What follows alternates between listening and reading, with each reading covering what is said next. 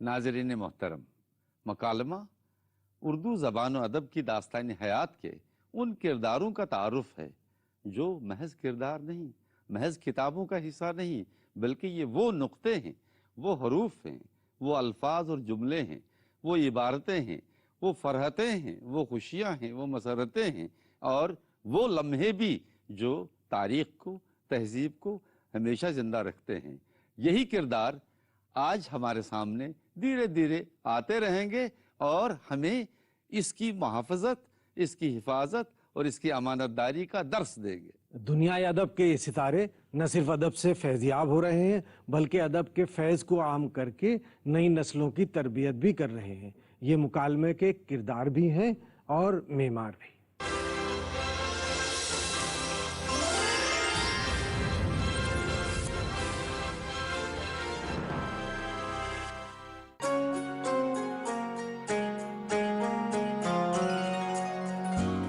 یاد ماضی کی خواب فردا کا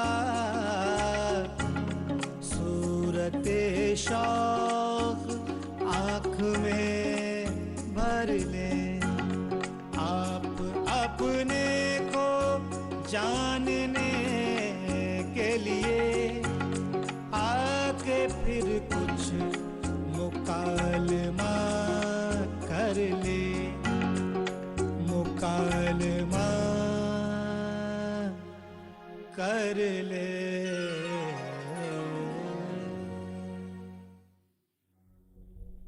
آج آپ کی ملاقات ایک ایسی شخصیت سے کرا رہے ہیں جن کے بارے میں کہا جا سکتا ہے کہ وہ ایک تاریخ ساز شخصیت ہیں۔ تاریخ میں دو شخصیتیں اہم ہوتی ہیں، ایک تو وہ جو تاریخ بناتی ہیں اور دوسرے وہ جو تاریخ دہراتی ہیں۔ جس شہر سے تعلق ہے وہ بھی تاریخ کا حصہ، تاریخ کے اعتبار سے نہ صرف یہ کہ خود ایک تاریخ ہے بلکہ پڑھی جانے والی تاریخ اور پیش ہونے والی تاریخ۔ 1064 کتابوں کے مصنف، کئی روزناموں ماہناموں کے مدیر رہ چکے ہیں، ایک بہت مقبول استاد، میری مراد ہے جناب مجاور حسین رضوی صاحب سے۔ مجاور صاحب، سب سے پہلے میں آپ سے چاہتا ہوں کہ آپ اپنی ابتدائی زندگی کے بارے میں کچھ ہمارے ناظرین کو بتائیں۔ جو سن سکو تو میری داستان ختم نہ ہو، نہ سن سکو تو کوئی حد اختصار نہیں۔ 1930 سے کہانی شروع کرتا ہوں۔ 4 برس کا تھا، والدہ کا انتقال ہوا۔ ماضی کے ان مرغزاروں میں جہاں لال و گل آپ کو دکھائی دیں گے وہاں کانٹے کی چبھن بھی محسوس ہوگی۔ میں بھی کبھی کبھی کربناک سا محسوس کرتا ہوں۔ والدہ کے انتقال کے بعد 7 سال بڑی بہن نے پرورش کی ایک طرح سے، اور 11 سال کا تھا ان کا انتقال ہو گیا۔ تب سے پھر میں ٹیوشن کر کے میں نے اپنا تعلیم کا سلسلہ الہ آباد سے شروع کیا۔ تو 7واں اور 8واں الہ آباد سے پاس کیا۔ 7ویں میں اور 8ویں میں میرے ہم جماعت مصطفیٰ زیدی تیغ الہ آبادی تھے، اور جن کا شعر اس وقت پڑھے بغیر نہیں رہ سکتا کہ میری روح کی حقیقت میں آنسوؤں سے پوچھو، میرا مجلسی تبسم میرا ترجمہ نہیں ہے۔ وہی الہ آباد میں میں رہا، اور پھر وہاں سے گورکھپور چلا گیا۔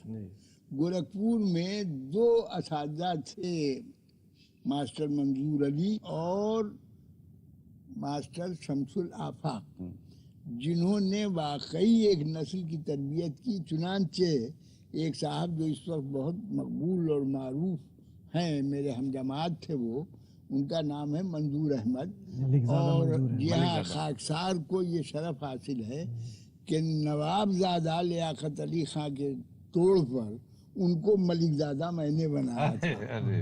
اچھا، ہوا یہ بہت دلچسپ اطلاع ہے۔ ہاں، ہوا یہ تھا کہ ہم لوگ تھے کانگریسی اور سب تھے مسلم لیگی، اسلامیہ کالج کے ہم لوگ طالب علم تھے۔ نتیجے میں ہر مسلم لیگی لیڈر سے مقابلہ کرنے کا اور تال ٹھوکنے کا شوق تھا۔ ملک زادہ بڑے اچھے سیاسی مقرر تھے، بہت اچھے سیاسی مقرر تھے، آج بھی بہت اچھے مقرر مقرر ہیں، ہیں، شاعر بھی ہیں۔ اور شاعر بھی اور شاعر جو بھی ہیں، نظامت کرتے اور ہیں اس کا تو نظامت جواب کے نہیں۔ سلسلے میں جی۔ مجھے یہ عرض کرنا ہے کہ وہ بھی اس فقیر کو شرف حاصل ہے، دو شرف ان کے سلسلے میں حاصل ہے، ملک زادہ کے یعنی سلسلے تین، سے۔ جی ایک تو یہ کہ وہ میرے لنگوٹیا یار تھے، یعنی ہم لوگ سنیما دیکھنے کے جرم میں جب نکال دیے جاتے تھے گھر سے تو صرف لنگوٹ پہنے یعنی چڈی پہنے اور جاڑے کی رات میں آگ تاپا کرتے تھے۔ ارے اور یہ بھی کہ 4 سال ہمارا ان کا گھر ایسے ہی تھا جیسے کہ آپ کی اور زما صاحب کی کرسی، بالکل برابر میں۔ ہاں بس برابر، اور ان کے والد بے نظیر آدمی تھے۔ تھوڑا بہت ذکر تو ملک زادہ نے اپنی خود نوشت میں کیا ہے، آپ کا ذکر بھی میرا انہوں نے ذکر کیا ہے، ہاں۔ اور انہوں نے ایمانداری سے یہ بات لکھی ہے کہ انہیں ادبی دنیا سے روشناس کرانے میں جی میرا حصہ اس طرح سے تھا کہ میں نے ان کے نام سے نکھت میں وہ چھاپ دیے تھے اشعار۔ مجاور صاحب ایک بات کی طرف آپ کی توجہ مبذول کرانا چاہوں گا، ہمارے ناظرین جاننا چاہیں گے ہاں ہاں کہ جس دور میں آپ الہ آباد پڑھنے کے لیے تشریف لائے، ہاں ہاں وہ الہ آباد ایسا تھا کہ علم و ادب کے جنہیں ستارے کہنا چاہیے، جی جی بار رونق، درخشندہ اور پر نور، وہ سب جگمگا رہے تھے، بے شک، اور سیاست کے اعتبار سے بھی اور علم اور ادب کے اعتبار سے بھی الہ آباد ایک ایسی جگہ تھی کہ جو ہر طرف جس میں روشنی کے منار نظر آتے تھے۔ جی ہاں۔ اس ماحول میں آپ میں آئے، جب آیا وہاں اس کا سے کوئی ذکر گورکھپور سے جی تو الہ آباد یونیورسٹی میں داخلہ مل گیا، اس لیے کہ بہرحال اتفاق سے تعلیمی ریکارڈ خراب نہ تھا، تو انگریزی مجھے نہ آتی تھی نہ آتی ہے، یعنی آتا تو کچھ بھی نہیں، لیکن بہرحال انگریزی ادب کے اساتذہ میں فراق صاحب، جی ہری ونش رائے بچن، امیتابھ بچن کے والد، امیتابھ بچن کے والد، اس وقت امیتابھ بچن ناقدر تھے۔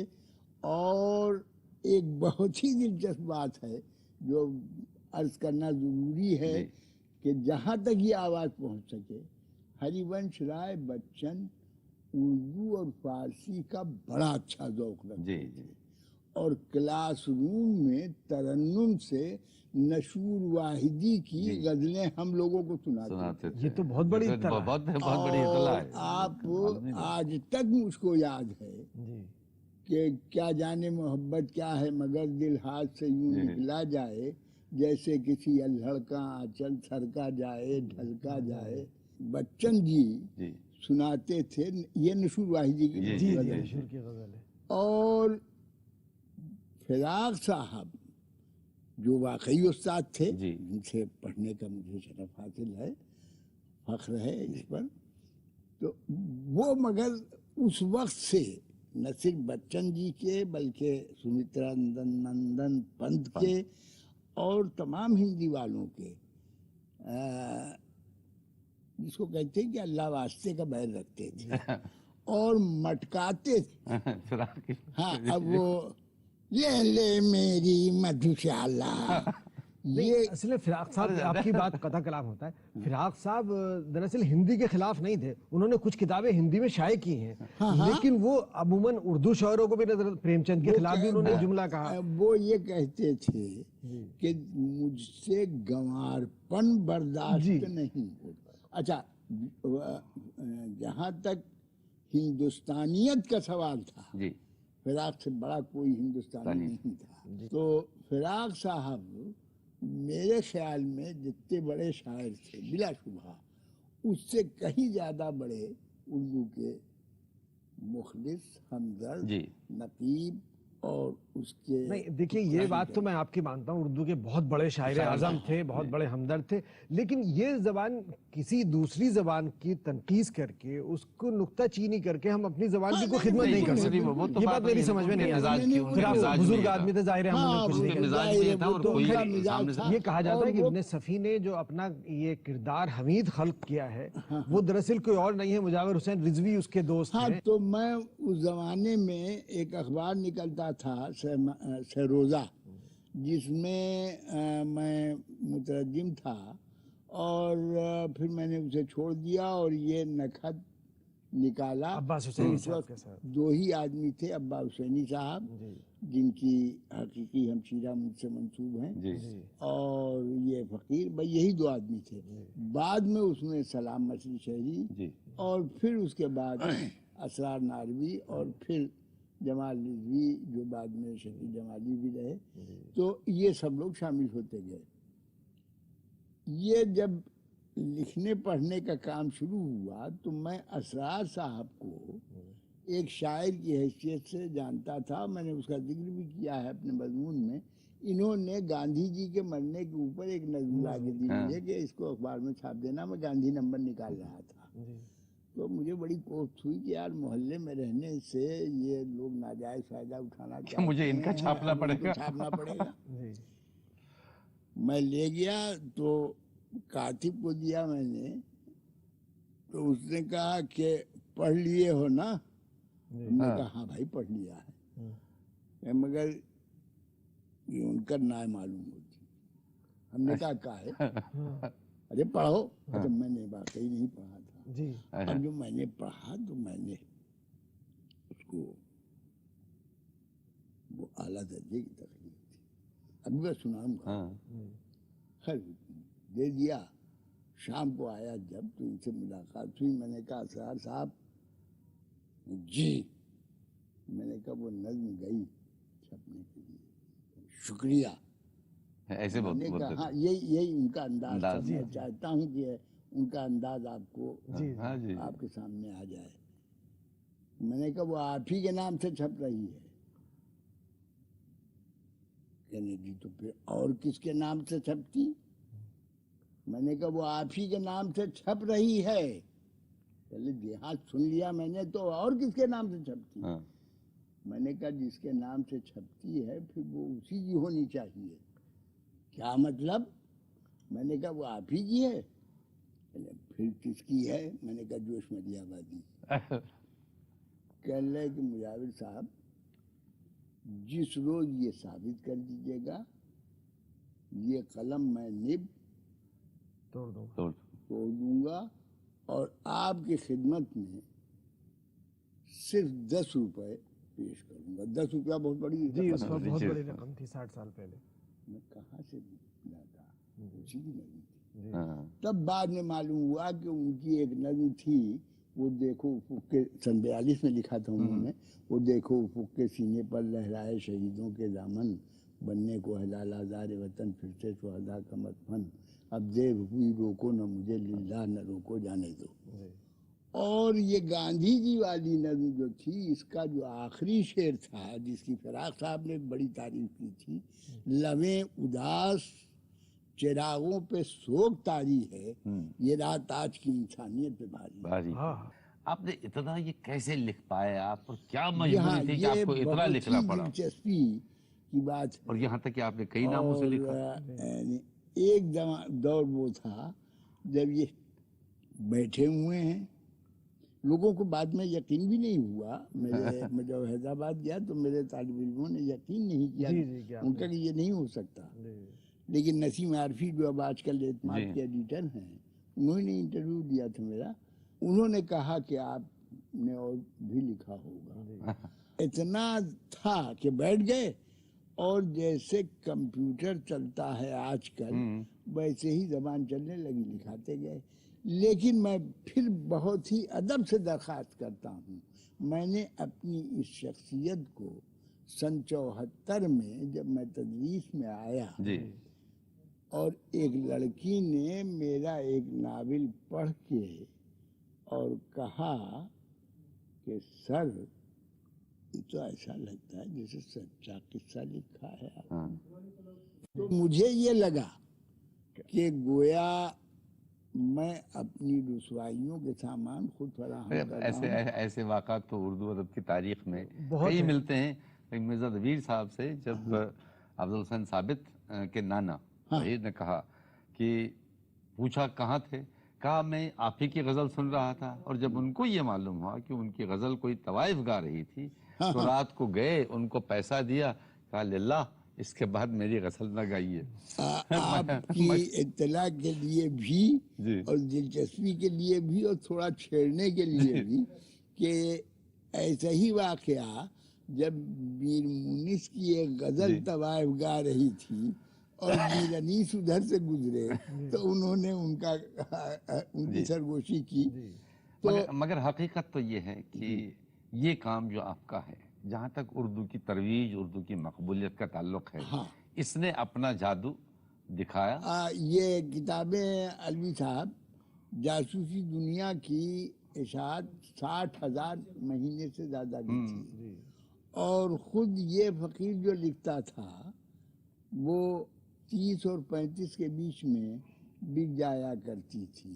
میں نے خود 30 اور دیکھا 35 ہزار کے بیچ. ہزار جی ہاں میں نے خود یہ دیکھا کہ وہ اسٹال پہ لائن لگی ہوئی ہے. تو میں نے پوچھا، مجھے لوگ پہچانتے نہیں تھے، میں اپنی تصویر اور اپنی تشہیر دونوں سے بیزار ہوں.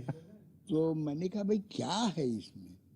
تو اس نے گالی دے کے کہا کہ مگر لکھتا اچھا.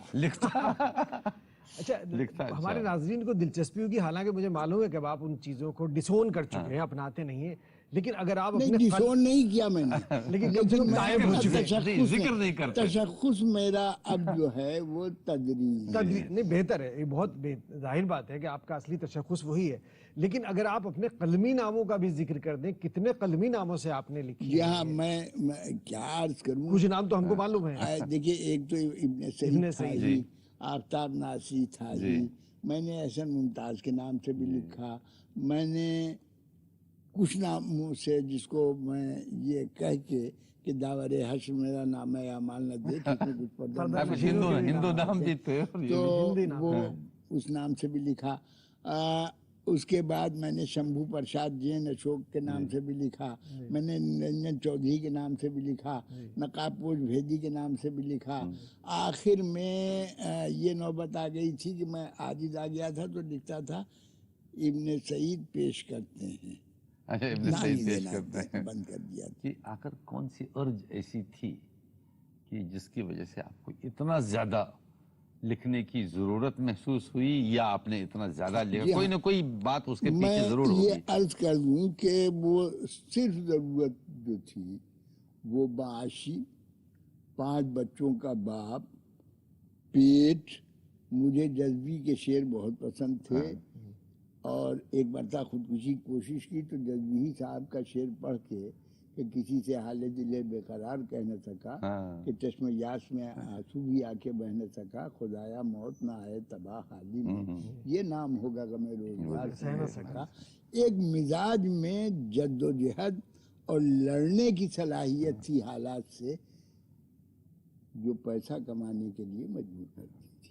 تو وہ وہی تھا. میں نے 30 روپے پر بھی ایک ناول لکھا ہے، 120 صفحے کا، اور 3,000 روپے پر بھی لکھا ہے، اور یہی پنجابی پستک بھنڈار والے کے لیے لکھا تھا، وہ شائع کرتے تھے، اور یہاں دوسرے نام سے وہ چھپا. آپ نے ان انعامات اور اعزازات کا ذکر نہیں فرمایا. انعامات اور اعزازات جو ہیں، میں نے عرض کیا کہ مجھے تشہیر اور تصویر دونوں سے ایک طرح سے، لیکن اس کے باوجود بھی بہت انعامات آپ کو مگر ملے یہ ہیں، کہ وہ پیچھے لگے رہے.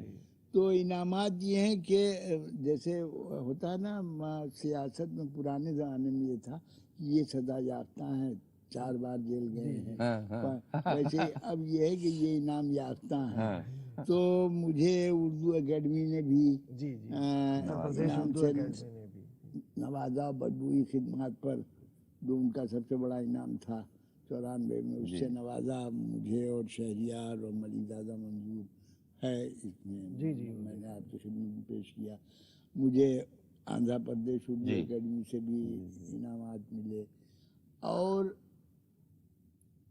مختلف کمیٹیز کے بھی آپ قومی سطح پہ ممبر رہے ہیں، ممبر بھی رہے ہیں، نیشنل بک ٹرسٹ ہے، قومی کونسل ہے، قومی کونسل کے تو 22 سال رہے، اور اس کے بعد نیشنل بک ٹرسٹ کے بھی ممبر رہے.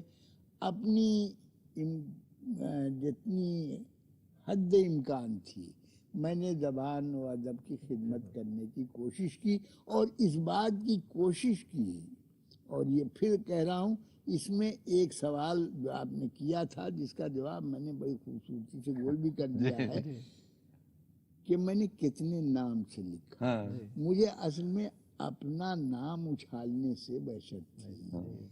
تو میں صرف اس بات کا قائل تھا کہ ایک شعر یاد رکھو اور وہ شعر محمد حسین آزاد کا ہے کہ ہماری سینہ فگاری کوئی تو دیکھے کوئی گا، تو دیکھے گا. واہ، نہ دیکھے اب تو نہ دیکھے، کبھی تو دیکھے. کبھی تو دیکھے گا.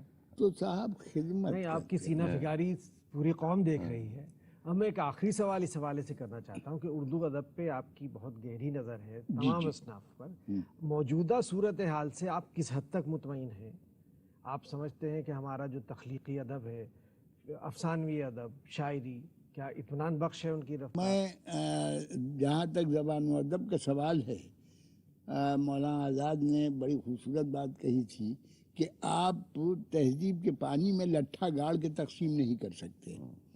تو اسی طرح سے ایک شاعر کا شعر ہے، پاکستان کا ہی شاعر ہے، کہ کون کر سکتا ہے تقسیم ادب کی جاگیے. تو وہاں کا اور یہاں کا ادب نہیں ہے، اردو ادب ہے. اکائی ہے. یہ انگریزی والے جو ہیں وہ امریکن اور کرتے ہیں، اور اس کی وجہ ہے امریکہ میں اتنے پہاڑ پتھر نہیں ہیں اور لندن میں لوگوں کی عقل پہ پتھر پڑے ہیں. تو اس لیے اس کو چھوڑ دیجئے، اپنے یہاں کی بات کیجئے. تو ہمیں راوی کے اور چناب کے اور جہلم کے اور گنگا کے اور جمنا کے پانی میں کوئی فرق نہیں معلوم ہوتا. اور میں نے اس میں لکھا بھی ہے آخر میں، اور میرا یہ عقیدہ بھی ہے کہ انتظامیہ تو الگ ہو سکتا ہے، لیکن ہندوستان میں دکن کی ریاست بھی تھی، اودھ کی ریاست بھی تھی، سب ہندوستان تھا. آج بھی میرے خیال میں سب ہندوستان ہے. اور اردو ادب ہی ایک ایسا ادب ہے اور اردو ہی ایک ایسی زبان ہے جو انشاءاللہ ایشیا میں ممالک کو جوڑنے کا کام کرے گی، فصل کا نہیں وصل کا کام کرے گی. آپ کو کیا لگتا ہے آج کل جو ادب تخلیق ہو رہا ہے تو اس کو سامنے رکھ کے امکانات جو ہیں اردو ادب کے وہ کیا ہو سکتے؟ دیکھیے ہمارے جو تخلیق کار ہیں، جو واقعی تخلیق کار ہیں، اور میں نے جیسے نجی گفتگو میں کہا تھا کہ ایک دانشور ہوتا ہے، ایک دانشور، ایک انٹلیکچوئل، ایک انٹلیکچوا. تو دانشوروں کی بات کر رہا ہوں، دانشوروں کی بات نہیں، جو واقعی تخلیق کار ہیں. انہوں نے اپنے ادب سے، اپنے سرمایے سے آنکھیں نہیں بند کی. آپ غور کریں تو انتظار حسین کی کہانیوں پہ ہماری داستانوں کا اثر ہے، ایمان کی بات. اور وہی کہانیاں مقبول ہیں. آج افتخار عارف کی شاعری تھی، شہریار کی شاعری تھی. اب جب شہریار کی شاعری میں ہم نے شعر پڑھا کہ حسین ابن علی کربلا کو جاتے ہیں، مگر یہ لوگ ابھی تک گھروں کے اندر ہیں. شہریار کا شعر. ہاں، تو میں نے یہ سوچا کہ یہ شعر کہنے والا اپنی تہذیبی روایات سے تو باخبر ہے ہی ہے، یہ اپنی ادبی روایات کے تسلسل کو بھی برقرار رکھے ہوئے، قائم رکھے ہوئے. اور آج بھی دیکھیں تجربہ ہر دور میں ہوا. ہم جدت تو چاہتے ہیں، ہم اپنی روایات کی توسیع چاہتے ہیں، ہم اپنی روایات کو میں اضافہ چاہتے ہیں، مگر اپنی روایات سے انحراف نہیں چاہتے. تو اور آج کے ہمارے ہندوستان کا ہو یا پاکستان کا ہو، میں پھر دہراتا ہوں، صرف میں اردو ادب کی بات کرتا ہوں.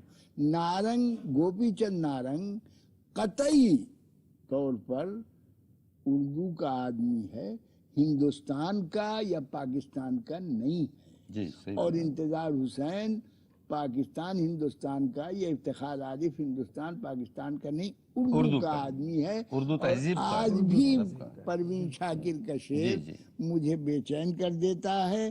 اور اس میں بھی میں وہ شعر پڑھتا ہوں کہ حسن کو سمجھنے کو چاہیے جانا، دو گھڑی کی چاہت میں لڑکیاں نہیں کھلتی. اور میں احمد فراز کو پسند کرتا ہوں اور یہ نہیں ہے کہ وہاں تخلیق ہے یہاں تنقید ہے، یہ ضرور ہے کہ یہاں تنقیدی کام اور تنقید سے زیادہ تحقیق کا کام ہو رہا ہے۔ ہم اپنی ادب کی روایات سے بے خبر رہ جاتے اگر دکن نے جی ہم کو یہ نہ بتایا ہوتا کہ مرثیے کا نقطۂ آغاز جی حضرت شاہ اشرف بیابانی رحمۃ اللہ علیہ ہیں، مثنوی کا نقطۂ آغاز ہمارے قدم راؤ پدم راؤ کے اس پر زور دینے والے کہ فخر الدین نہ کہا جائے فخر الدین نظامی ہیں، اور یہ بھی ہمارے لیے بڑی دلچسپ بات ہے کہ یہ جو ہمارے مرثیے کے ماہر بیٹھے ہوئے ہیں ان کی خدمت میں دستبستہ یہ عرض کرنا ہے کہ مرثیے کی جتنی ذیلی اصناف ہیں جی وہ سب دکن کے صوفیاء کرام کی دین ہے، جسے یہ نوحہ کہہ لیجئے، واویلا کہہ لیجئے، ماتم کہیے، ماتم کہیے، ہائے ہائے کہیے، سب وہیں کی ہیں۔ تو آج ہم اپنے اسلاف کے کارناموں سے واقف و باخبر ہو کے، اور یہی ہونا بھی چاہیے۔ جوش نے کہا تھا کہ کپڑا تو روس کا ہو مگر کاٹ ہو تیری، میں یہی کہتا ہوں کہ آپ جس طرح سے بھی چاہیں اس کی وضع قطع تراشیں، مگر ٹھیک ہے آپ کوٹ پہنے ہیں، آپ ٹائی لگائے ہیں، میں میری شیروانی کو نظر انداز مت، یہ میری درخواست نہیں، نظر انداز کرنے کی بات ہی نہیں ہے، نہیں سے جڑی ہوئی ہے۔ تو بہت بہت شکریہ مجاور رضوی صاحب، آج آپ نے ہمارے اس قسط کو، مکالمے کی اس قسط کو یادگار بنا دیا۔ رضوی صاحب سے تو کئی قسطوں میں ملاقات ہونی چاہیے، بہرحال اگلی قسط میں پھر آپ سے ملاقات ہوگی ایک نئی دلنواز شخصیت کے ساتھ۔ یاد ماضی کی خواب فردا کا، صورت شوق آنکھ میں بھر لے، آپ